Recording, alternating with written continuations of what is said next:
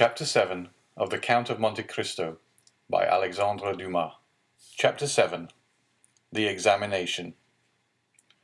No sooner had Villefort left the salon than he assumed the grave air of a man who holds the balance of life and death in his hands.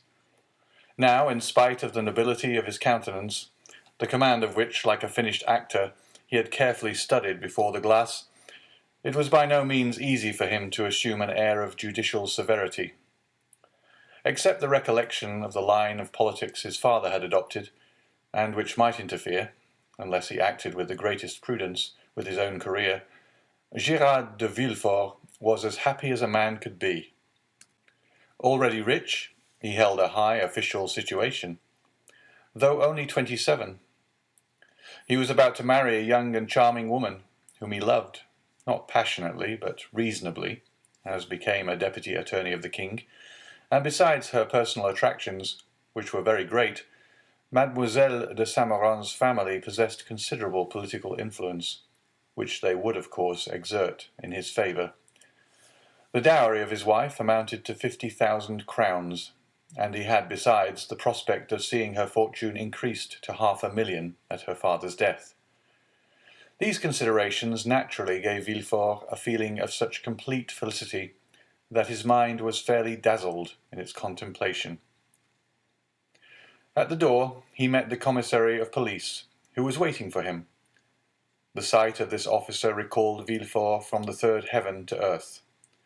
He composed his face, as we have before described, and said, "I have read the letter, sir, and you have acted rightly in arresting this man.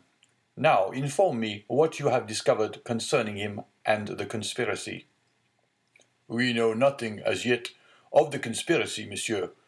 All the papers found have been sealed up and placed on your desk. The prisoner himself is named Edmond Dantès, mate on board the three-master, the Pharaon, trading in cotton with Alexandre and Smyrna, and belonging to Morel and Son of Marseille. Before he entered the merchant service, had he ever served in the marines?" "Oh no, monsieur. He is very young." "How old?" 19 or 20 at the most." At this moment, and as Villefort had arrived at the corner of the Rue du Conseil, a man who seemed to have been waiting for him approached. It was Monsieur Morel. "Ah, Monsieur de Villefort," cried he, "I am delighted to see you. Some of your people have committed the strangest mistake. They have just arrested Edmond Dantès, mate of my vessel." "I know it, monsieur," replied Villefort, "and I am now going to examine him." "Oh," said Morel, carried away by his friendship, "you do not know him, and I do. He is the most estimable, the most trustworthy creature in the world, and I will venture to say there is not a better seaman in all the merchant service. Oh, Monsieur de Villefort, I beseech your indulgence for him." Villefort, as we have seen, belonged to the aristocratic party at Marseille, Morel to the plebeian. The first was a royalist, the other suspected of Bonapartism.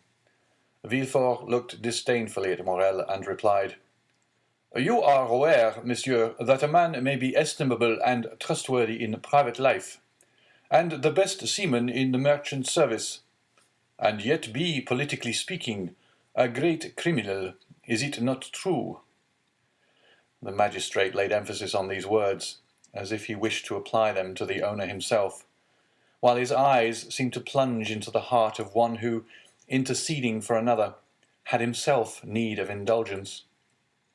Morel reddened, for his own conscience was not quite clear on politics. Besides, what Dantès had told him of his interview with the Grand Marshal, and what the Emperor had said to him, embarrassed him. He replied, however, "I entreat you, Monsieur de Villefort, be as you always are, kind and equitable, and give him back to us soon." This "give us" sounded revolutionary in the deputy's ears. "Aha!" murmured he. "Is Dantès then a member of some Carbonari society, that his protector thus employs the collective form?" He was, if I recollect, arrested in a tavern in company with great many others. Then he added, Monsieur, you may rest assured I shall perform my duty impartially, and that if he be innocent, you shall not have appealed to me in vain. Should he, however, be guilty in his present epoch, impunity would furnish a dangerous example, and I must do my duty. As he had now arrived at the door of his own house, which adjoined the Palais de Justice, he entered, after having coldly saluted the shipowner, who stood as if petrified on the spot where Villefort had left him. The antechamber was full of police agents and gendarmes, in the midst of whom, carefully watched, but calm and smiling, stood the prisoner. Villefort traversed the antechamber, cast a side glance at Dante, and taking a packet which a gendarme offered him, disappeared, saying, Bring in the prisoner. Rapid as had been Villefort's glance, it had served to give him an idea of the man he was about to interrogate. He had recognized intelligence in the high forehead, courage in the dark eye and bent brow, and frankness in the thick lips that showed a set of pearly teeth. Villefort's first impression was favorable, but he had been so often warned to mistrust first impulses that he applied the maxim to the impression, forgetting the difference between the two words. He stifled therefore the feelings of compassion that were rising, composed his features, and sat down, grim and sombre, at his desk. An instant after Dante entered, he was pale but calm and collected, and saluting his judge with easy politeness, looked round for a seat, as if he had been in Monsieur Morel's salon. It was then that he encountered for the first time Villefort's look. That look peculiar to the magistrate, who, while seeming to read the thoughts of others, betrays nothing of his own. "Who and what are you?" demanded Villefort, turning over a pile of papers containing information relative to the prisoner that a police agent had given to him on his entry, and that already in an hour's time had swelled to voluminous proportions, thanks to the corrupt espionage of which the accused is always made the victim. "My name is Edmond Dante," replied the young man calmly. "I am mate of the Pharaon, belonging to Messrs. Morel and Son." "Your age?" continued Villefort. 19, returned Dante. "What were you doing at the moment you were arrested?" "I was at the festival of my marriage, monsieur," said the young man, his voice slightly tremulous. So great was the contrast between that happy moment and the painful ceremony he was now undergoing. So great was the contrast between the sombre aspect of Monsieur de Villefort and the radiant face of Mercédès. "You were at the festival of your marriage," said the deputy, shuddering in spite of himself. "Yes, monsieur. I am on the point of marrying a young girl I have been attached to for 3 years." Villefort, impassive as he was struck with this coincidence, and the tremulous voice of Dante, surprised in the midst of his happiness, struck a sympathetic chord in his own bosom. He also was on the point of being married, and he was summoned from his own happiness to destroy that of another. "This philosophic reflection," thought he, "will make a great sensation at Monsieur de Saint-Méran's." And he arranged mentally, while Dante awaited further questions, the antithesis by which orators often create a reputation for eloquence. When this speech was arranged, Villefort turned to Dante. "Go on, sir," said he. "What would you have me say?" "Give all the information in your power." "Tell me on which point you desire information, and I will tell you all I know. Only," he added with a smile, "I warn you, I know very little." "Have you served under the usurper?" "I was about to be mustered into the Royal Marines when he fell." "It is reported your political opinions are extreme," said Villefort, who had never heard anything of the kind, but was not sorry to make this inquiry, as if it were an accusation. "My political opinions?" replied Dante. "Alas, sir, I never had any opinions. I am hardly 19. I know nothing. I have no part to play.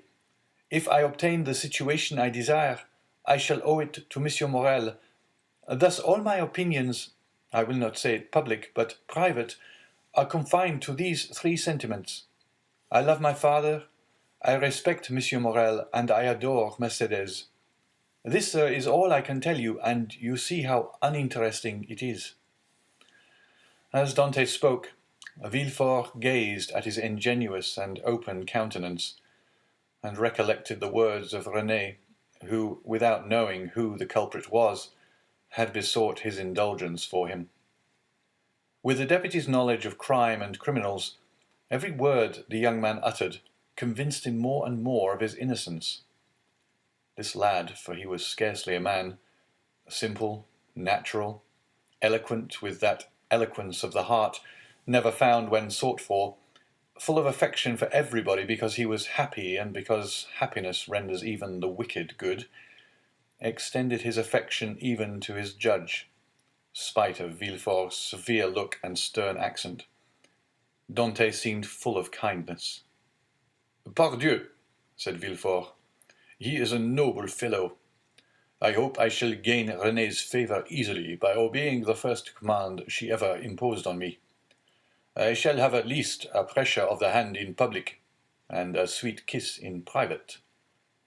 Full of this idea, Villefort's face became so joyous that when he turned to Dante, the latter, who had watched the change on his physiognomy, was smiling also.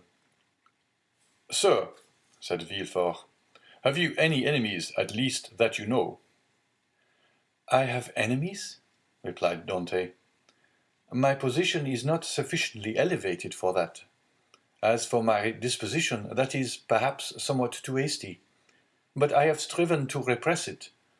I have had 10 or 12 sailors under me, and if you question them, they will tell you that they love and respect me, not as a father, for I am too young, but as an elder brother."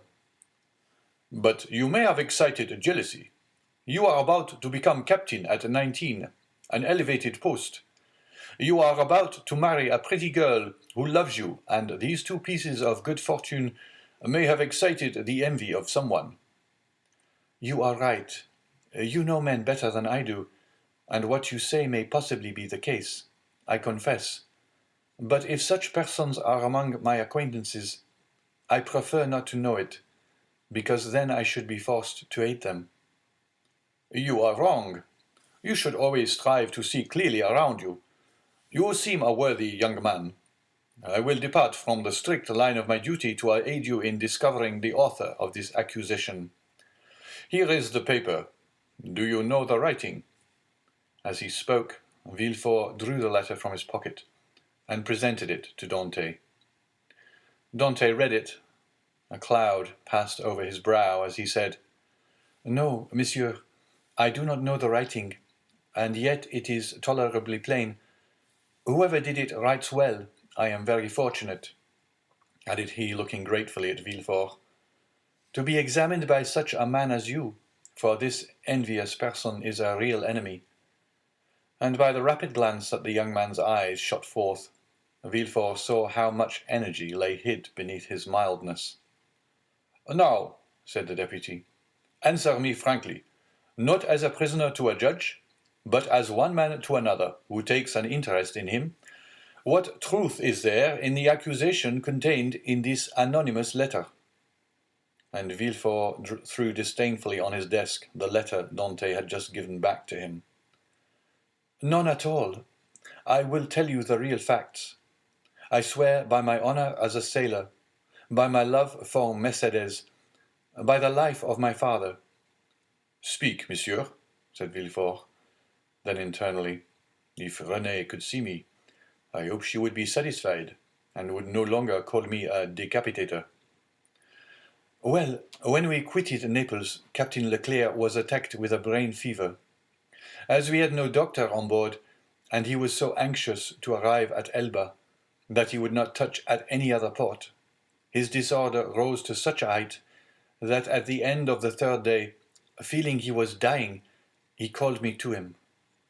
"My dear Dante," said he, "swear to perform what I am going to tell you. for it is a matter of the deepest importance.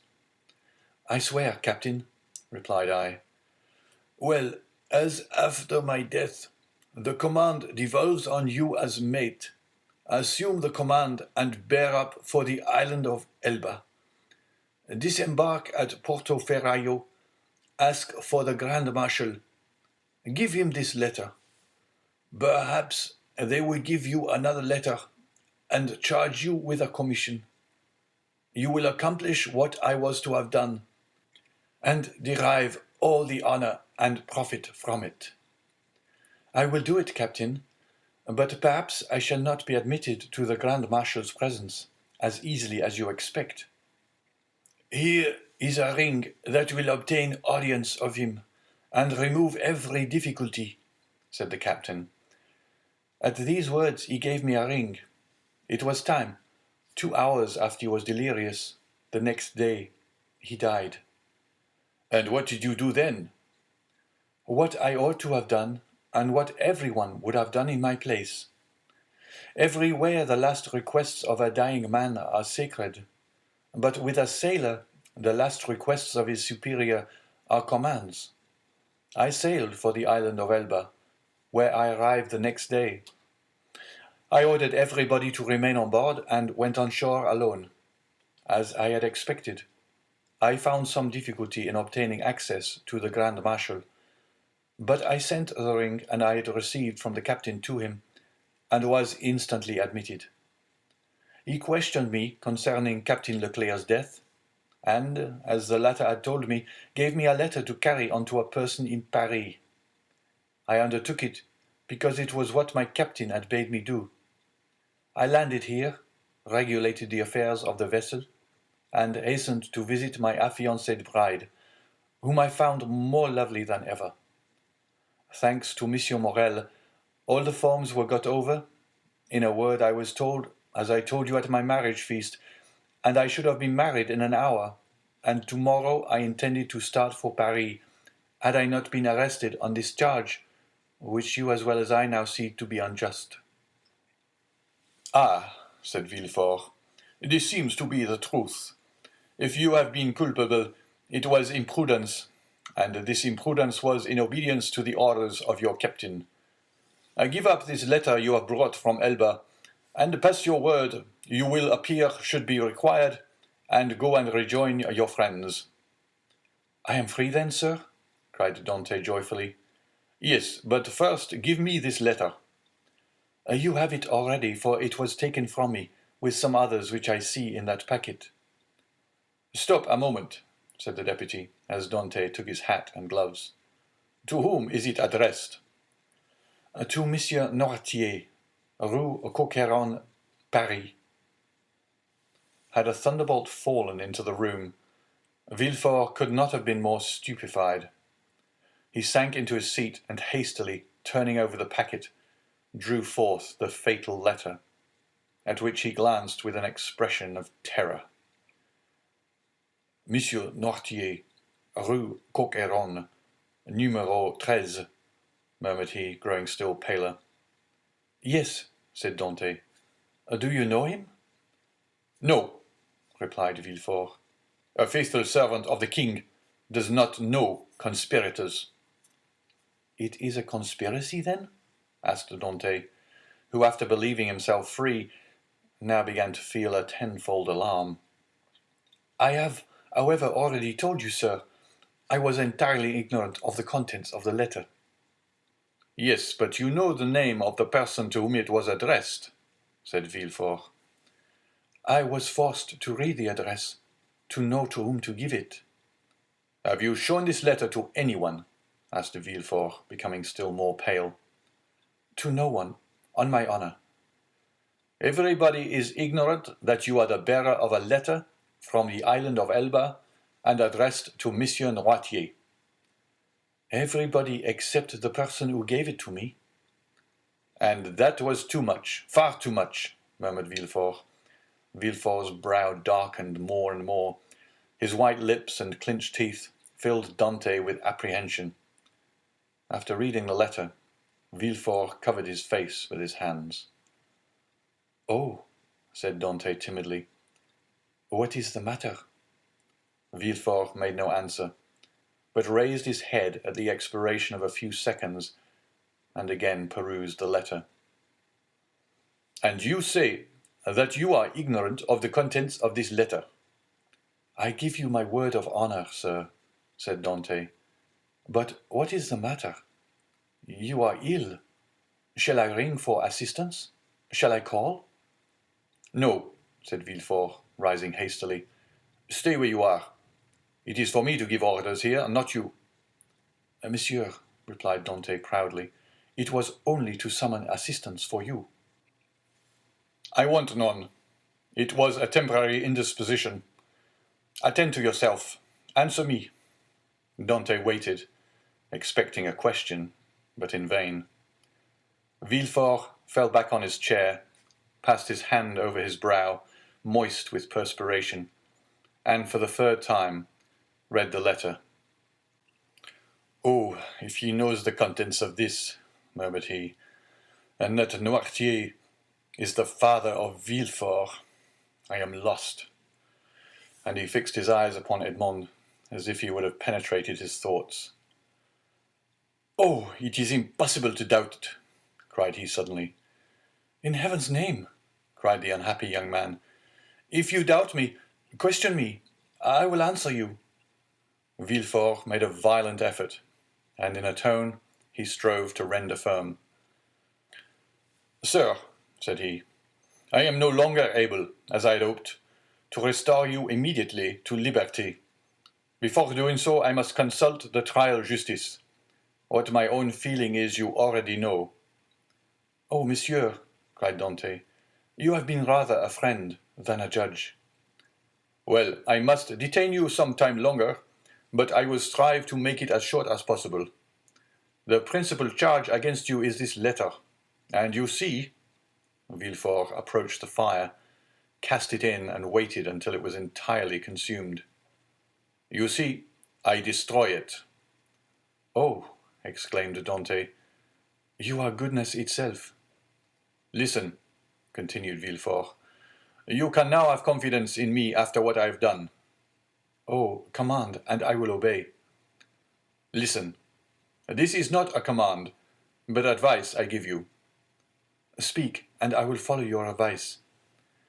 "I shall detain you until this evening in the Palais de Justice. Should anyone else interrogate you, say to him what you have said to me, but do not breathe a word of this letter." "I promise." It was Villefort who seemed to entreat, and the prisoner who reassured him. "You see," continued he, glancing toward the grate, where fragments of burnt paper fluttered in the flames, "the letter is destroyed. You and I alone know of its existence. Should you therefore be questioned, deny all knowledge of it. Deny it boldly, and you are saved." "Be satisfied, I will deny it." "It was the only letter you had?" "It was." "Swear it." "I swear it." Villefort rang. A police agent entered. Villefort whispered some words in his ear, to which the officer replied by a motion of his head.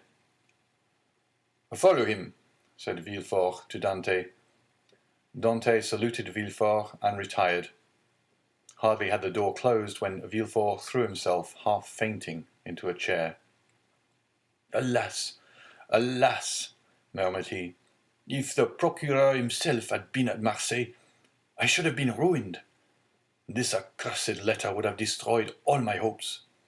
Oh, my father, must you, past career, always interfere with my successes?" Suddenly a light passed over his face. A smile played round his set mouth, and his haggard eyes were fixed in thought. "This will do," said he. "And from this letter, which might have ruined me, I will make my fortune. Now, to the work I have in hand." And after having assured himself that the prisoner was gone, the deputy procureur hastened to the house of his betrothed. End of chapter 7.